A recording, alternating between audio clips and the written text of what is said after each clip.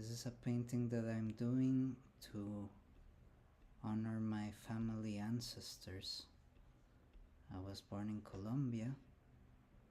My parents come from two different regions of the land. But both my parents are descendants of indigenous tribes which no longer exist. From my mother's side, they were called the Pasto.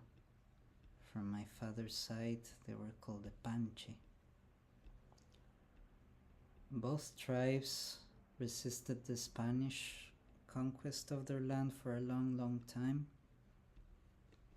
And when they realized that they couldn't win, they decided to jump to their deaths. They climbed the mountains of their lands, the waterfalls, the cliffs, and they jumped.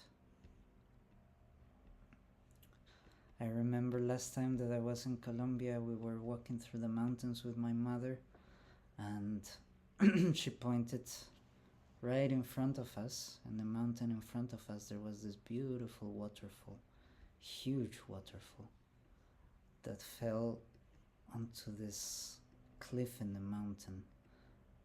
And there was no road that one could take to access this point of the waterfall, this well.